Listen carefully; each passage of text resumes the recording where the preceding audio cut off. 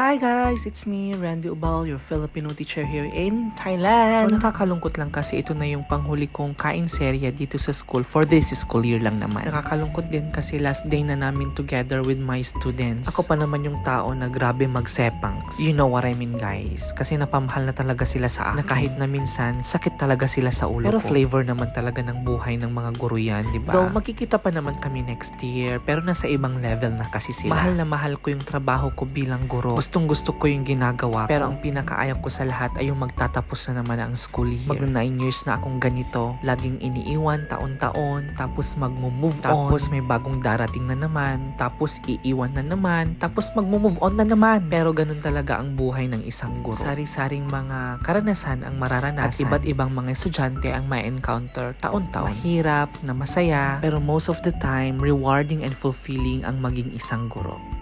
Yun lang. Bye!